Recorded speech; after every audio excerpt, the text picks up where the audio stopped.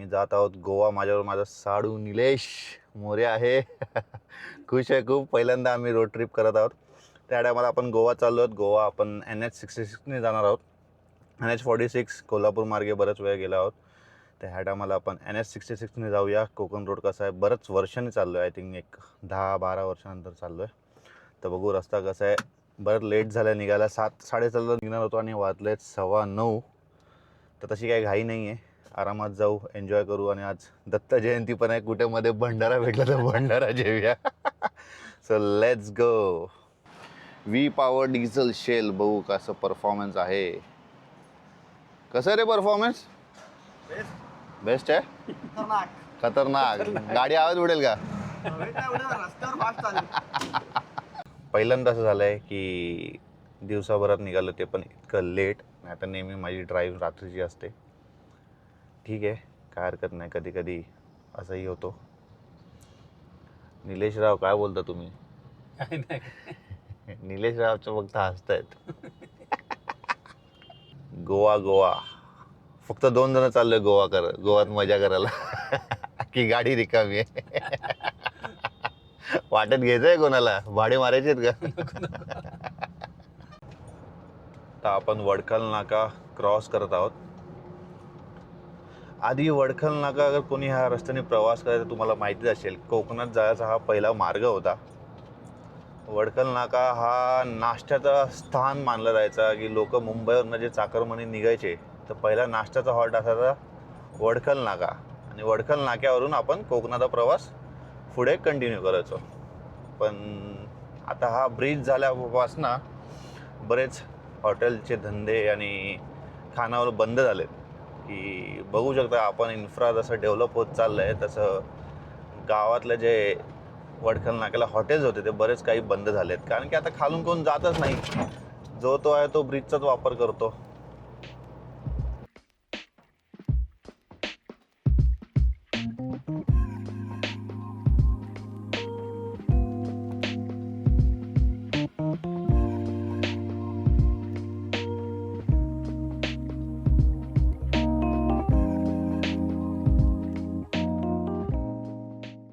तशी काही गर्दी नाही आहे हायवेला.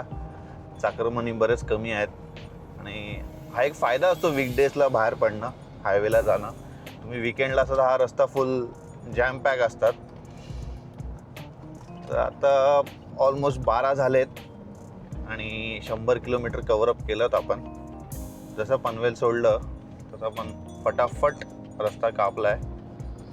तर बघू, तरी अजून आपल्याला एक 9 तास तरी आहे गोवा पोचायला. तर आता आम्ही मानगावच्या ट्रॅफिकमधनं बाहेर पडत आहोत. तर इकडनं 7.5 तास दाखवत आहे गुगल मॅपवर. तर बघू, बरंच आपण रस्ता कट केला आहे. आणि आता जेवणाची वेळ झाली आहे. पण असं काय आम्हाला जेवायचं नाही आहे. आम्हाला सगळी पिठलं भाकरी असं काहीतरी साधंसं शोधतोय आम्ही. तर कुठे काय भेटतंय बघूया जेवायला. आता 1:45 व्हायला आलंय. जेवणाची वेळ झालीच आहे. तर काहीतरी छानसं जेवू आणि वेळेत जेवू शकतो.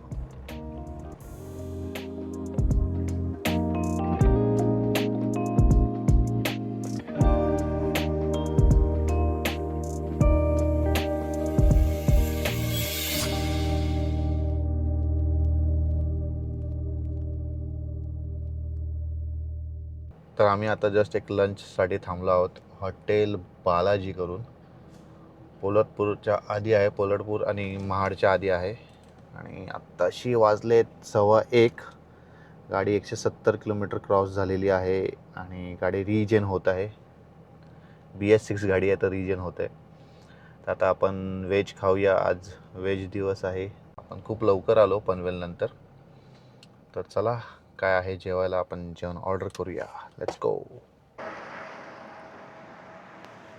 निलेश, जेवण कसं होतं रे? जेवण मस्त होतं. क्वांटिटी पण खूप छान होती ना? क्वांटिटी पण भरपूर होती. तर तुम्ही या रस्त्याने जात असाल पोलटपूर आणि महाडच्या मध्ये, हॉटेल बालाजी नक्कीच व्हिजिट करा. प्लॅन आहे मध्ये हॉल्ट घ्यायचा. तर आम्ही आता कुठे जाणार आहोत तर एक चेक करतो. एक चांगलं देवस्थान आहे तर बघूया. विल चेक आणि मग आपण तिकडे हॉल्ट करू. सो लेट्स गो. तर आम्ही आता जस्ट परशुरामाच्या मंदिरात आलो आहोत. चिपळूणच्या पुढे आहे परशुरामाचं मंदिर. तर तुम्हाला कित्येक जणांना माहिती आहे परशुरामाच्याबद्दल स्टोरी, तर मलाही जास्त माहिती नाही. तर पहिले आपण दर्शन घेऊ आणि मग पुढचं डिस्कस करूया.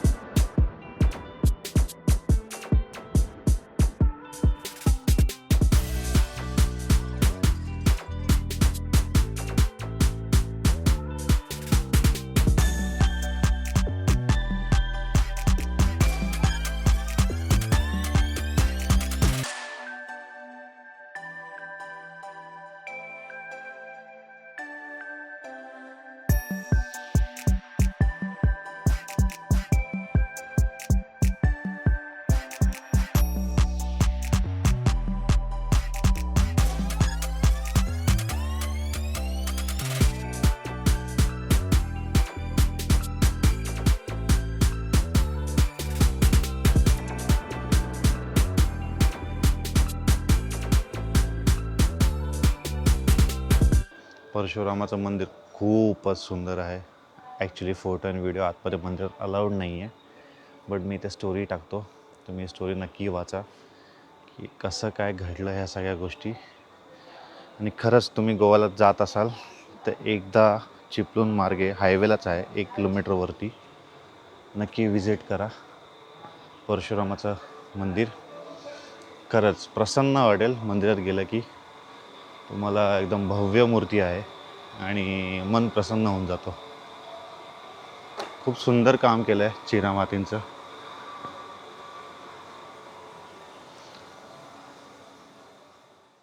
सो फायनली परशुराम देवाचं दर्शन झालेलं आहे आणि आम्ही आता इकडनं निघत आहोत टुवर्ड्स गोवा. एक छोटा डिटूर घेतला. मंदिराची स्टोरी खूप अप्रतिम आहे, कसं काय वास्तविक घडलं आहे. सर ऑब्व्हियसली मी जसं स्क्रीनशॉट तुम्हाला शेअर केलं आहे तर नक्की ते वाचा, तुम्हालाही स्टोरी कळेल. खूप सुंदर देऊळ आहे आणि तुम्ही कधीही NH-66वरनं गोव्याला जात असाल किंवा कोकणात येत असाल तर नक्की विजिट करा ह्या देवळात. खूप सुंदर, इतकं प्रसन्न वाटेल ना. जसं तुम्ही मंदिरात गाभारात गेलात ना, ॲक्च्युली फोटो आणि व्हिडिओ शूट्स अलाउड नाही आहेत, बट तुम्हाला खरंच खूप प्रसन्न वाटेल. नक्की विजिट करा एकदा.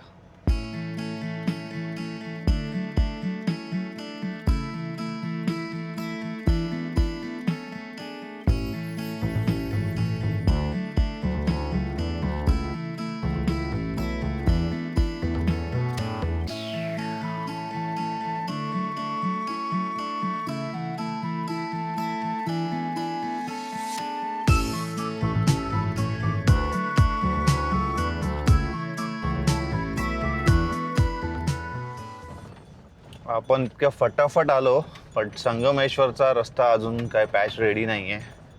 तर साधारणतः 2 ते 3 किलोमीटर झालं आहे रस्ता असाच आहे. NH-66चा हा जो झोन आहे संगमेश्वरचा, त्याचं बरंच काम काय बाकी आहे. माणगावच्या आधी जो काय छोटे मोठे डायव्हर्जन होते, त्यानंतर हा सर्वात मोठा डायव्हर्जन आहे. म्हणजे बेसिकली डायव्हर्जन नाही, बट रस्ताच रेडी नाही इकडे. इथे रस्त्याचं काम बरंच स्लो चाललं आहे. किती जुना ब्रिज आहे आणि बाजूला किती 2 मोठे बांधलेत बघ.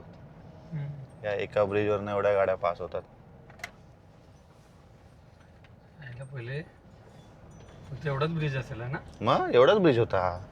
म्हणजे तिकडं आले की इकडं तिकडंच थांबायचं का? हा, 2 गाड्या जातात एकदम कट टू कट जातात. आता वरचा बघ किती मोठा बांधलाय दोन्ही. तुम्ही बघू शकता संगमेश्वर नंतर बरंच डायव्हर्जन आणि बरंच कामं चालू आहेत NH-66 वरती.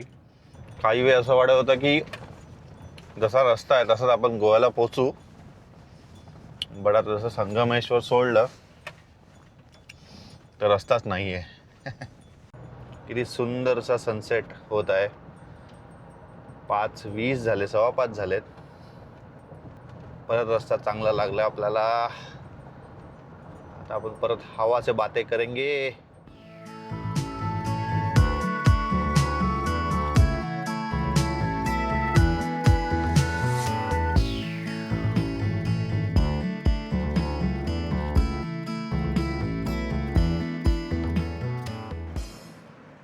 एक चहा ब्रेक जस्ट घेतलाय आम्ही आणि आता आम्ही आहोत रत्नागिरीच्या आसपास हातखांबाच्या इथे.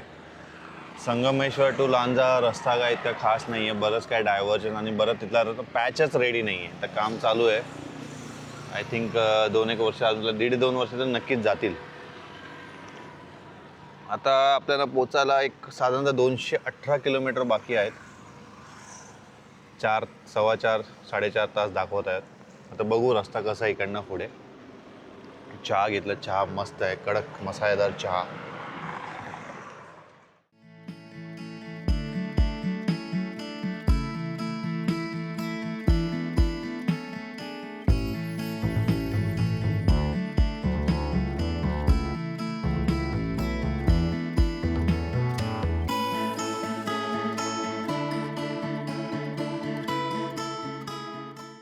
तर आम्ही आता राजापूरच्या पुढे आहोत. सो वाजलेत ऑलमोस्ट 8:30. तर विचार केला स्नॅक्स खाऊया, काही वडा, बटाटा वडा, मॅगी, भजी भेटते तर समजा अंदाजे 11 वाजेपर्यंत पोचू. रस्ता खूप चांगला आहे, ओल्ड गोवा. ह्यानंतर परत पुढे काय खायला भेटेल की माय आयडिया नाही. तर विचार केला त्याला आताच खाऊन घेऊया. इकडे एक छोटंसं स्नॅक कॉर्नर भेटलं आहे आम्हाला. नाश्ता आलेला आहे, वडापाव. काय खातोस तू? मिसळ पाव, पण मटकी मिसळ. मॅगी पण मागवली आहे.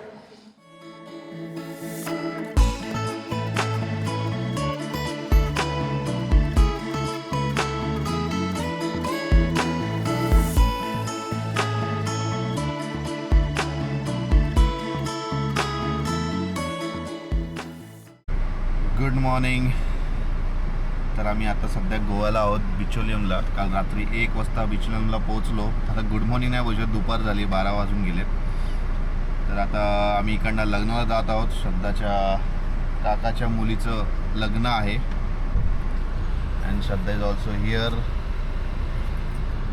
तर आजचा आणि उद्याचा प्लॅन आहे की एकदा लग्न अटेंड झालं की मग फिरू. गोवा तसं एक्सप्लोर केलं आहे, तर काही परत लोकल डिशेस, काही क्युझिन्स खाऊ, काही लोकेशन्सला फिरूया, हा प्लॅन आहे आज संध्याकाळी उद्याचा पूर्ण दिवस. So let's go. वेडिंग जाऊया, लंच करूया आणि मग will get it change back to our casual outfits. चला.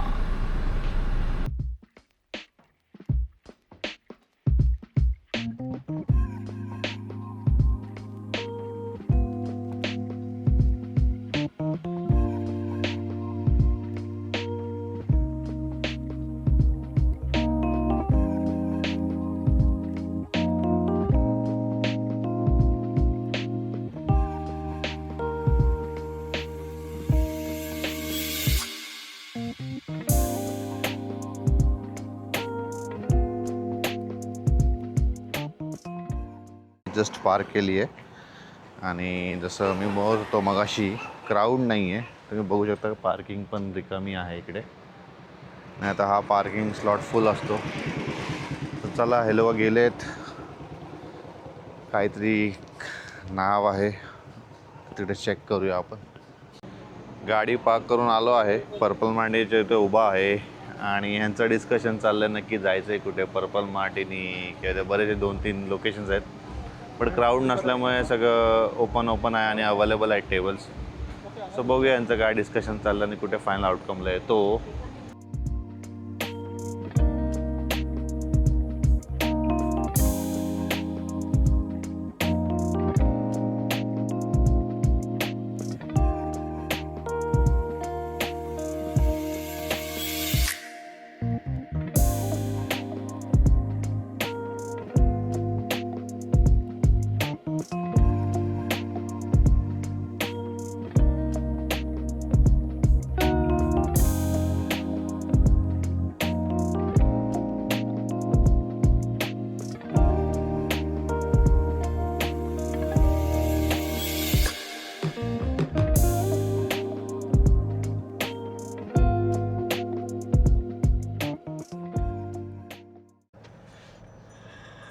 दुपार झाली निघता ऑलमोस्ट 1:45 झालेत. प्लॅन होता सकाळी 10 नंतरचा निघायचा टुवर्ड साऊथ. तर आम्ही आता जात आहोत साऊथला. आज शनिवार आहे आणि साऊथला एक मॉम्स किचन करून एक लोकल मॉम्स रेसिपी, तिकडे आम्ही लास्ट टाइम पोरं गेलो, फ्रेंड्स ग्रुप गेलो, तिकडे एक मस्त लोकल गोवन फूड आहे, ते खाऊया आणि मग बीचवरही थोडंसं रिलॅक्स करूया. ऑलमोस्ट इकडनं 1 तासभर आहे घरापासून बिचोलियमवरनं. तर आता आम्ही ऑन द वे आहोत आणि हा एक एरिया जो आहे तो तेजसला माहिती आहे. तेजस, काय हा एरिया? याला मयम लेक म्हणतात area. Okay. This is majorly a cashew plantation area. Okay. Spot in Bicholim which is a tourist spot. तिथे जास्त तरी बंजी जम्पिंगला वगैरे लोक येतात. Oh okay. It's a lake view side. इथे कॅशू सगळं हे होतं का, ग्रोथ होतं? 40% of Goa's cashew come from here. Okay, wow, nice.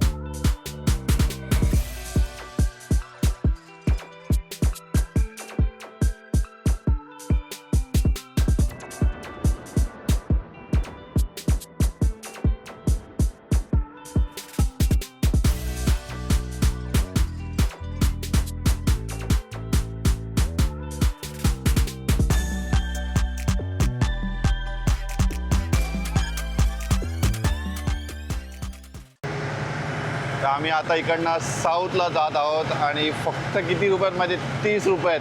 30 रुपयात आपली इनोवा आणि आम्ही 4 जण. क्या बात आहे. तर आम्ही आता साऊथ गोव्याला आलो आहोत आणि माझं फेवरेट रेस्टॉरंट नाही बोलू शकत, होममेड फूड आहे सेंटर, मदर्स रेसिपी. इकडे गर्दी जबरदस्त असते. हो, वेटिंग बघा.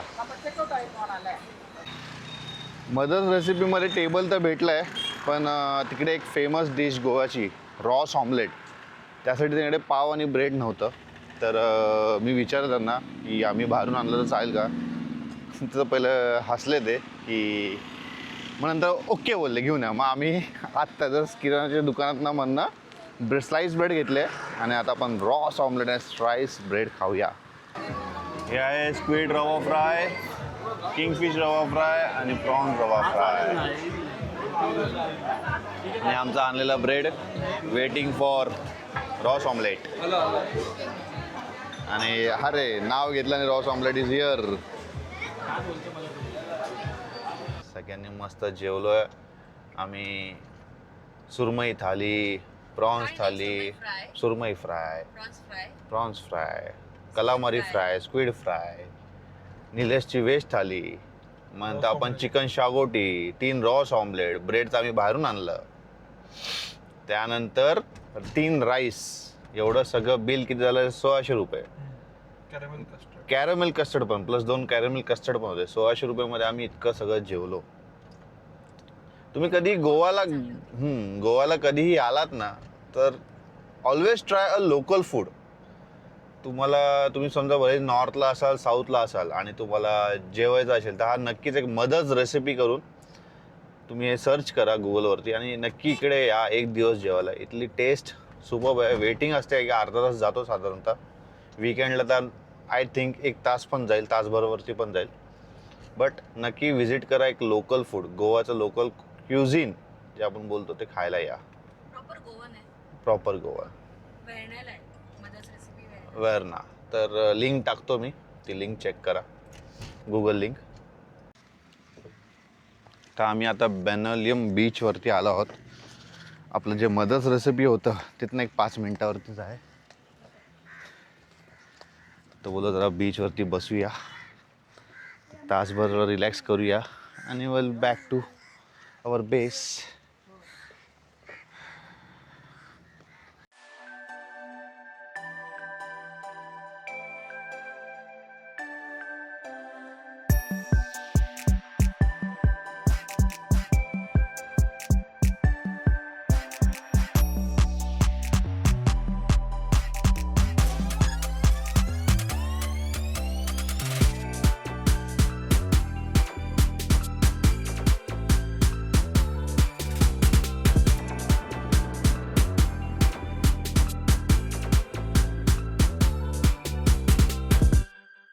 Good morning.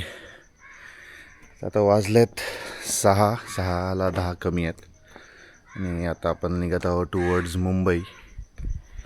तर गुगल मॅपप्रमाणे आपण एक साधारणतः 10.5 तास दाखवत आहे. तर प्लॅन आहे बिफोर 6 आपण घरी पोचूया. सो लवकर निघत आहोत आणि लवकर रस्ता कापता येईल.